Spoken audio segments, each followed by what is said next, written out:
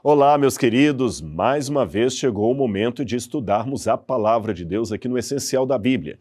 E para mim é um privilégio muito grande, em primeiro lugar, poder falar da Palavra de Deus. Em segundo lugar, ter você aí como meu companheiro, a minha companheira de jornada nas páginas da Bíblia Sagrada. Como é bom falar desse livro tão maravilhoso que nos foi dado de presente pelo Pai Celestial através dos profetas que escreveram as palavras, as frases, as linhas desse livro que tem tanta salvação contida nele.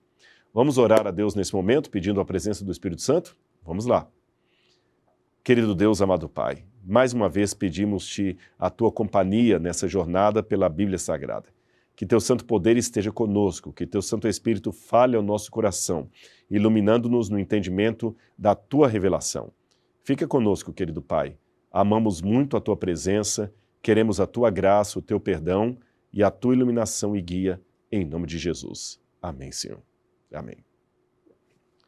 Você viu que hoje eu estou com um computador aqui. Aliás, esse computador não é meu, eu peguei emprestado com o pessoal ali da produção e eles gentilmente me emprestaram porque eu resolvi fazer um teste aqui. Você hoje está ouvindo falar muito da inteligência artificial, né? Os famosos programas, né, de chat, GPT. Então eu resolvi fazer uma pergunta para a inteligência artificial. Eu perguntei assim, os 10 mandamentos ainda têm alguma validade nos dias de hoje? O que você me diz? Eu joguei aleatoriamente essa pergunta para ver qual seria a resposta. Será que nós ainda podemos considerar os 10 mandamentos válidos ou isto é uma coisa apenas daqueles tempos antigos? Olha a resposta que a inteligência artificial me deu. Os 10 mandamentos têm grande importância tanto na tradição religiosa quanto na história da ética e da moral. E ele coloca 3 tópicos aqui. O primeiro deles, importância religiosa. Para judeus e cristãos, os 10 mandamentos são a base da lei moral e ética dada por Deus. Eles estabelecem os padrões fundamentais de comportamento em relação a Deus, como a proibição da idolatria, a ordenança para manter o sábado, e em relação aos outros, como a proibição de matar, roubar e mentir. Muitos veem nesses mandamentos uma expressão do caráter de Deus e de sua vontade para a humanidade. Item 2. Importância histórica e cultural.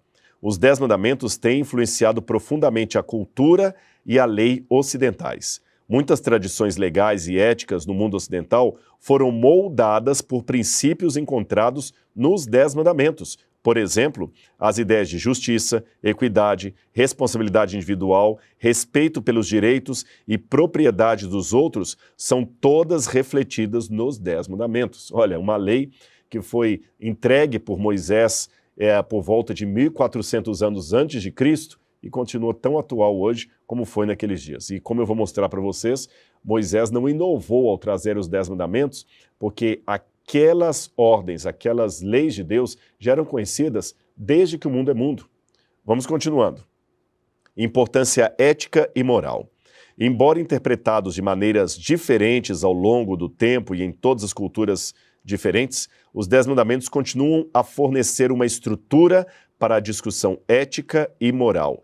Eles abordam questões fundamentais de como as pessoas devem tratar umas às outras e o que constitui um comportamento justo e ético. E, finalmente, o chat aqui da inteligência artificial termina dizendo: então, independentemente das crenças religiosas individuais, os 10 mandamentos têm um impacto significativo na sociedade e na cultura e continuam a influenciar nossas discussões e o entendimento da ética e da moralidade. Olha, a inteligência artificial até que é bem inteligente. Ela foi ao ponto aqui. Os 10 mandamentos continuam tendo valor em nossos dias. Mas, afinal de contas, qual é o conteúdo dos 10 mandamentos? O que está estipulado neles? Muitas pessoas conhecem os 10 mandamentos, outras talvez não. Há também aqueles que confundem os 10 mandamentos com a versão do catecismo, que é diferente da versão bíblica. No catecismo você tem lá os 10 mandamentos como sendo amar a Deus sobre todas as coisas, não tomar o seu santo nome em vão, guardar domingos e festas, não pecar contra a castidade. Mas essa versão dos 10 mandamentos que está no catecismo da Igreja Católica não é a versão original dos 10 mandamentos que está nas Bíblias. Você pode pegar em qualquer Bíblia, de qualquer edição, a Bíblia do padre Mato Soares, a tradução ecumênica da Bíblia, a Nova Versão Internacional, a Bíblia da Pastoral, a Bíblia João Ferreira de Almeida, não importa, qualquer versão da Bíblia, a Bíblia hebraica, a Bíblia judaica, qualquer Bíblia vai trazer os 10 mandamentos nesta forma que eu vou ler para vocês aqui. Eu estou lendo a tradução, a Nova Versão Internacional. Mas ainda que mude um pouquinho uma palavra ou outra, o conteúdo é este. Êxodo capítulo 20. É um dos lugares onde os 10 mandamentos são apresentados. E aqui eles estão assim. Veja bem, vou ler para vocês. Aqui está Êxodo capítulo 20. E Deus falou todas estas palavras. Eu sou o Senhor teu Deus, que te tirou do Egito, da terra da escravidão. Não terás outros deuses diante de mim. Não farás para ti nenhum ídolo, nenhuma imagem de qualquer coisa no céu, na terra ou nas águas debaixo da terra. Não te prostrarás diante deles, nem lhes prestarás culto, porque eu sou o Senhor teu Deus. Sou Deus zeloso, que castiga os filhos pelos pecados de seus pais, até a 3ª e 4ª geração daqueles que me desprezam. Mas trato com bondade até 1000 gerações aos que me amam e obedecem os meus mandamentos. Não tomarás o nome do Senhor teu Deus em vão, porque o Senhor não deixará impune qualquer que tomar o seu nome em vão. Lembra-te do dia de sábado para o santificar. Trabalharás 6 dias, e neles farás todos os teus trabalhos. Mas o 7º dia é o sábado dedicado ao Senhor, o teu Deus. Nesse dia não farás trabalho algum, nem tu, nem teus filhos ou filhas, nem teus servos ou servas, nem teus animais, nem os estrangeiros que morarem em tuas cidades. Porque em 6 dias o Senhor fez os céus e a terra, o mar e tudo o que neles existe. Mas o 7º dia descansou. Portanto, o Senhor abençoou o 7º dia e o santificou.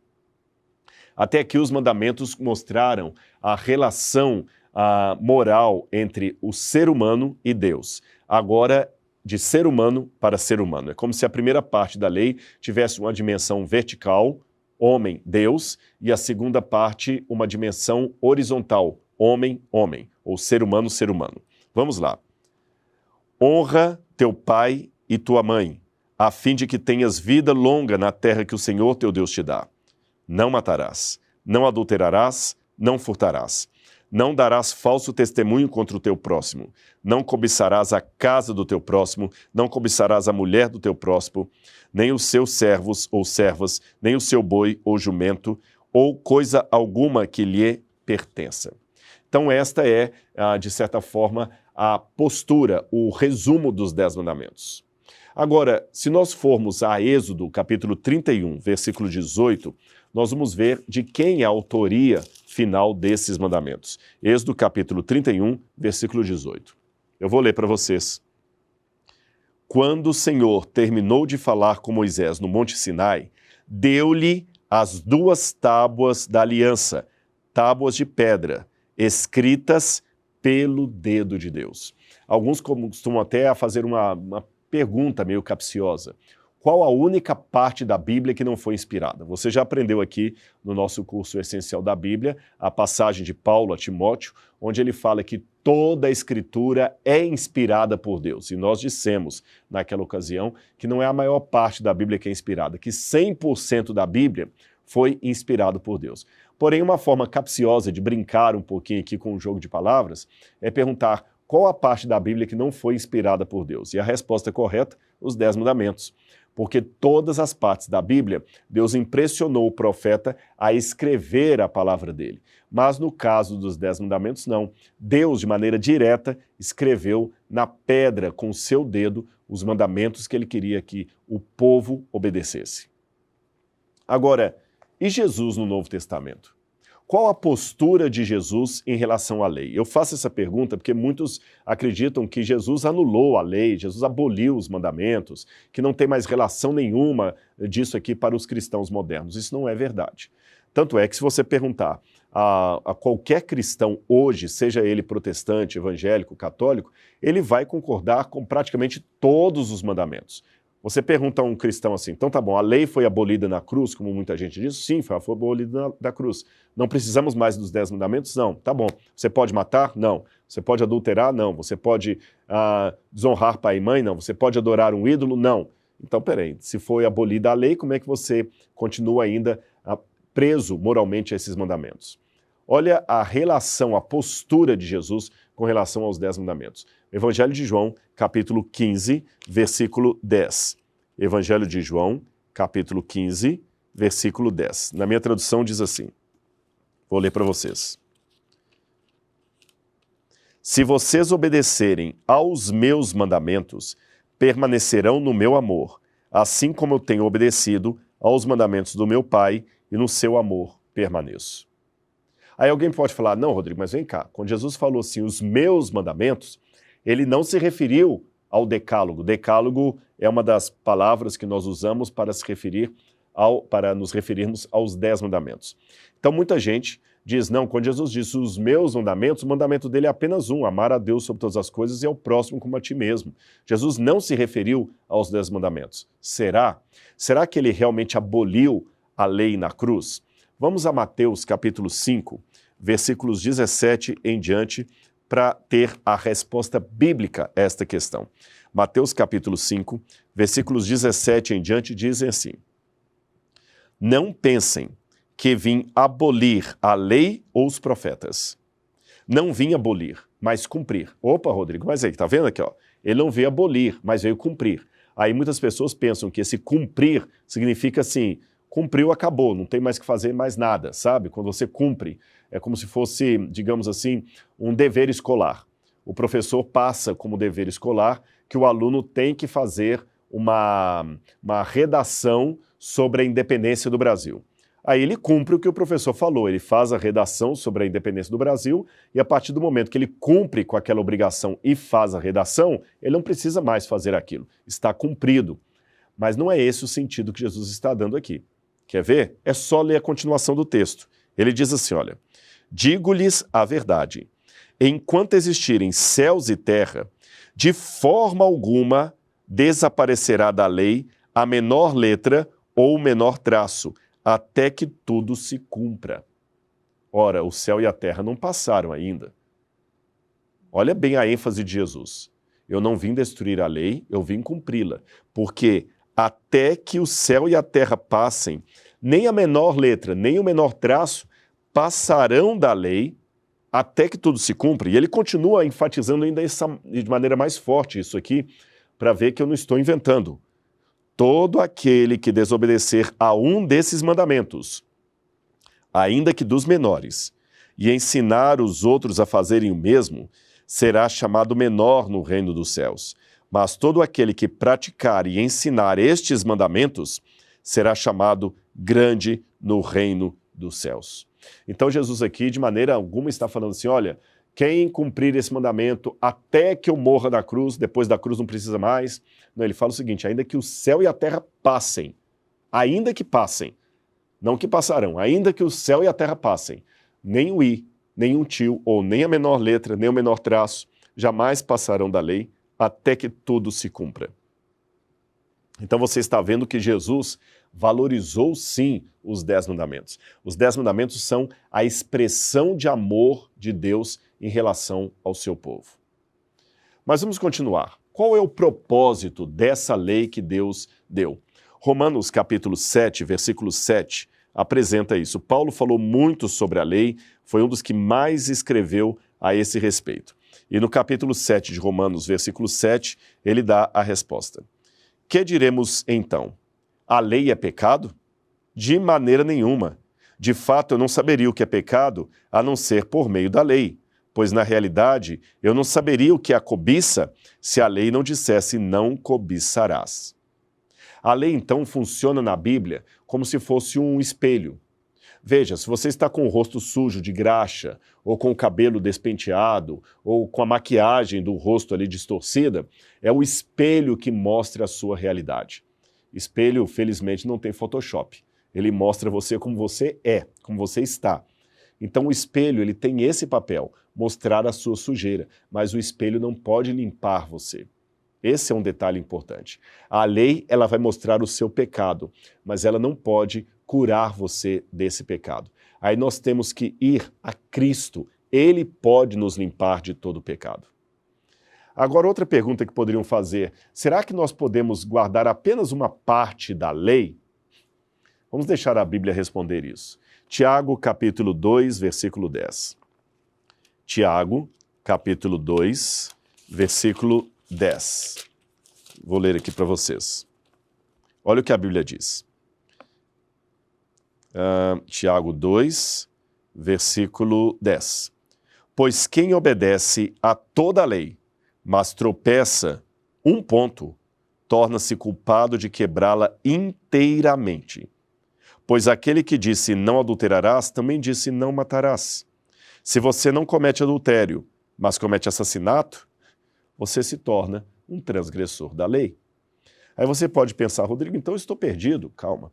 Olha o que a própria Bíblia diz aqui na carta de João com relação aos erros que nós cometemos, tá bom?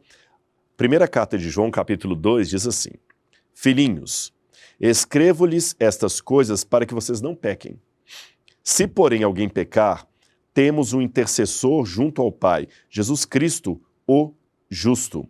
Ele é a propiciação dos nossos pecados, não somente pelos nossos, mas também pelos pecados do mundo inteiro. Sabemos que o conhecemos se obedecemos aos seus mandamentos. Aquele que diz, eu o conheço, mas não obedece os seus mandamentos é mentiroso, e a verdade não está nele. Mas se alguém obedecer a sua palavra, nele verdadeiramente está o amor de Deus que é aperfeiçoado. Ou seja, não dá para amar a Jesus só de palavra. Não dá para falar assim, eu obedeço a Cristo, amo a Cristo, mas acho que a lei já caducou. Não faz sentido isso à luz da Bíblia. Os mandamentos, eles não estão aqui para tirar a nossa liberdade, eles estão para nos dar liberdade. Você pode dizer assim, Rodrigo, mas a palavra que mais se repete nos 10 mandamentos é a palavra não. Não matar, não roubar, não tirar as falsos testemunhos, não levarás o nome do seu teu Deus em vão. Não, não, não, não, não. É a cláusula que mais se repete ali. O não, não, não, não. Isso tira a liberdade. Num primeiro momento parece que sim. É tão ruim receber uma resposta negativa. Mãe, eu posso sair com meus amigos? Não. Amanhã a gente pode faltar aula? Não. Não. Até para você fazer o não, mesmo em outras línguas, você fecha a cara, já percebeu? Olha, por exemplo, em hebraico, lo, não em hebraico. Olha em espanhol, no. Olha em inglês, not. Olha em português, não. Já o sim, você já abre todo, né? Sim, yes, você até sorri. Então passa-se a impressão que uma lei negativa, ela tira a liberdade da gente, Deus não desmancha prazeres, mas não é bem assim. E eu vou provar para você agora que uma lei negativa pode dar mais liberdade do que uma lei positiva. Quer ver? Suponhamos que seja meu aniversário e eu lhe dê uma lei negativa. Eu diga para você assim, olha, não me dê gravatas, porque eu tenho muita gravata em casa e hoje já não uso mais tanta gravata. Então não me dê gravatas. Será que eu estou mesmo tirando a sua liberdade? Você pode me dar o que você quiser. De um cartão postal a um papel embolado que você achou no chão. Qualquer coisa que você me der está dentro do meu desejo, porque eu só lhe restringi em relação à gravata. Você pode dar qualquer outras coisas. Agora, vamos ver ao contrário disso uma lei positiva. Se eu digo para você, dê-me um carro 0 km, eu não abri a opção. Eu não lhe dei a liberdade de escolher outra coisa, você é obrigado a dar o carro. E se você olhar bem do lado de fora da janela, você vai perceber que o mundo sempre nos obriga de maneira positiva. A lei de Deus, por exemplo, diz a você, não use drogas, não entregue seu corpo à promiscuidade, não se entregue aos vícios, à bebedeira. A lei do mundo só lhe dá ordens desse tipo. Curta a vida, aproveite a juventude, beba, fume. Você já notou que a maior parte dos comerciais de TV são sempre no imperativo? Beba refrigerante X, use a sandália tal, vista aquilo, faça aquilo, assista, não perca, clique aqui, saiba mais. Ou seja, tudo é sempre no imperativo. E o problema é que quando você obedece algumas dessas leis do mundo, que aparentemente querem lhe dar liberdade, elas tiram a sua liberdade. Porque, por exemplo, vamos falar dos vícios. No início, você pode escolher se quer fumar ou não. Se você cede, você só pode escolher a marca do cigarro, porque deixar do vício não é nada fácil. Lembra lá no Gênesis, quando no Jardim do Éden Deus falou, não comam da árvore do conhecimento do bem e do mal? Adão e Eva estavam livres para comer de qualquer outra árvore. O diabo é que restringiu com sua lei positiva. Comam, porque o dia que vocês comerem, vocês serão iguais a Deus. Então, cuidado com as leis positivas desse mundo. Escolha a lei de Deus, mesmo que ela comece, em sua maior parte, com a palavrinha não. E para terminar, vamos falar um pouquinho de cada um desses mandamentos, como é que eles nos protegem, como é que eles realmente podem nos dar uma vida com mais qualidade. Quer ver? Vou pegar aqui os mandamentos e vou mostrar para vocês. Primeiro mandamento, não terás outros deuses diante de mim. Com esse mandamento, Deus não está sendo apenas um ciumento, um exclusivista. Ele está tirando você da ilusão da idolatria. Porque o único Deus que existe é o Deus verdadeiro. Então, adorar outros deuses é trocar gato por lebre. É querer comprar coisas com um dinheiro falsificado. Para que você vai optar pelo falso? É como se uma bolsa da Louis Vuitton dissesse para você o seguinte, olha, não adquira uma bolsa de marca falsificada. Não coloque gasolina adulterada no seu carro. Não coloque algo contaminado no seu corpo. Não adore outro Deus diante de mim. O grande problema da idolatria é que as pessoas não são moralmente melhores que os deuses que elas adoram. E, via de regra, os deuses da idolatria são deuses forjados pelo capricho humano, pelos defeitos humanos. Pega a mitologia grega, por exemplo. O que são Zeus, Poseidon, Afrodite, Cupido, Dioniso, todos esses, senão a forma mais depravada dos vícios e defeitos da humanidade, agora levados exponencialmente à categoria de deuses do Olimpo. Mas são apenas a divinização dos nossos piores defeitos. Aí você pega um Deus desse, adora esse Deus e você se torna moralmente inferior ao Deus que você adora. O outro mandamento, não farás para ti ídolo nenhum. Ora, a idolatria, ela corrói porque ela prende você. Há pessoas que por causa da idolatria, e a idolatria não é só para um ídolo tipo um deus, a idolatria pode ser com um carro, a idolatria pode ser com dinheiro, com a casa, com a beleza. Você já notou que, por exemplo, até o trabalho pode ser uma idolatria? Há muitos pais que perdem os filhos porque estão ocupados demais com coisas importantes e não têm tempo para aquilo que é essencial. A idolatria é algo que aprisiona. Deus quer livrar você disso. Mais um mandamento. Não tomarás o nome do Senhor teu Deus em vão. Ensinar respeito gera respeito. Ser respeitoso, corrigindo a frase, ser respeitoso gera respeito. Você ensina para as crianças respeito pelos mais velhos, pela hierarquia, porque você respeita o Supremo, que é o Altíssimo. Continuando ainda. Lembra-te do dia do sábado para o santificar. Muitas pessoas perguntam para mim, Rodrigo, você guarda o sábado? Como é que é esse negócio de guardar o sábado? Não pode fazer isso, não pode fazer aquilo? Olha, é o contrário. O sábado não é um dia de pode, não pode. O sábado é o dia da alegria. Há coisas que eu não faço realmente no sábado por uma questão de coerência. Imagine assim, você tem aí o dia do seu aniversário de casamento e você é feliz no casamento, então você vai entender a comparação que eu quero dar. No dia do seu aniversário de casamento, não é de bom tom que você deixe a esposa em casa para ir jogar futebol com seus amigos. Concorda comigo? Jogar bola em si não é problema, mas no dia do aniversário do casamento, não é muito inteligente fazer isso. No dia do seu aniversário de casamento, você não vai tirar o dia para lavar a casa e lavar o carro. Você vai fazer isso antes, para que naquele dia você comemore. E aquela data festiva do aniversário de casamento só tem sentido em relação aos demais dias do ano em que você vive feliz com a pessoa que está do seu lado. É justamente por viver feliz com ela em todos os dias do ano que quando chega aquela data, você tem o que comemorar. A mesma coisa é o sábado. A diferença é que o sábado é uma comemoração semanal e não anual. Mas o sábado só tem sentido em relação àquilo que eu desfruto com Deus no domingo, segunda, terça, quarta, quinta e sexta. Eu vivo tão bem com Deus, de maneira tão feliz, que quando chega o sétimo dia, eu tenho o que comemorar.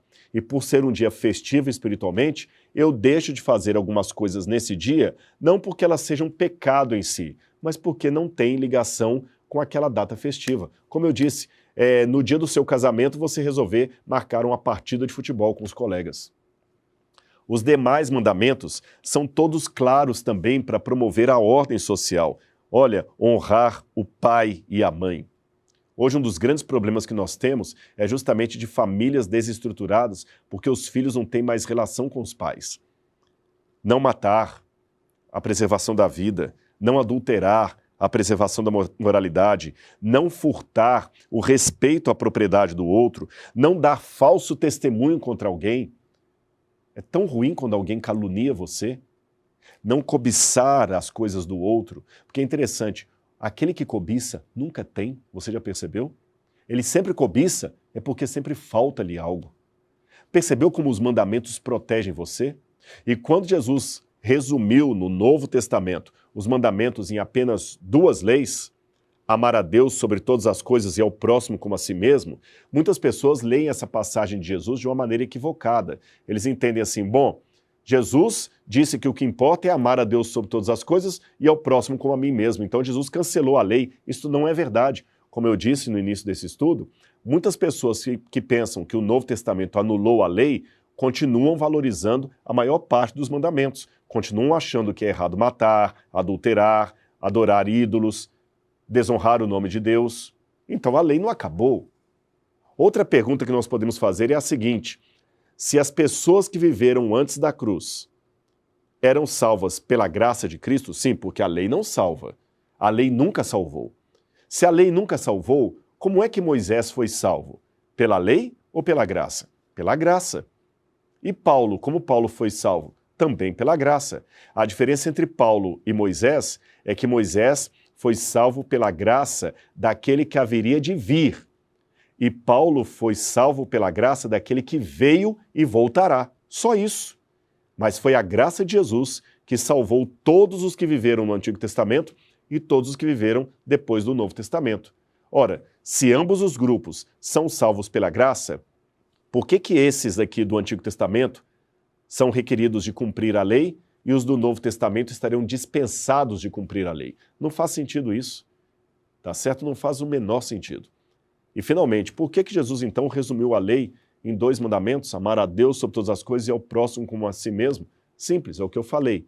Os 4 primeiros mandamentos são a relação do ser humano para com Deus. Amar a Deus sobre todas as coisas. Veja bem, isso não é assim. Não ter outros deuses diante de Deus, não adorar imagens de escultura, não levar o nome de Deus em vão, guardar o sábado. São os mandamentos litúrgicos do ser humano para com o seu Criador. Os demais mandamentos desde honrar pai e mãe até o último, não cobiçarás nada do seu próximo, referem-se à relação horizontal de ser humano para com ser humano e cumprem o segundo resumo, amar ao próximo como a si mesmo. Percebeu?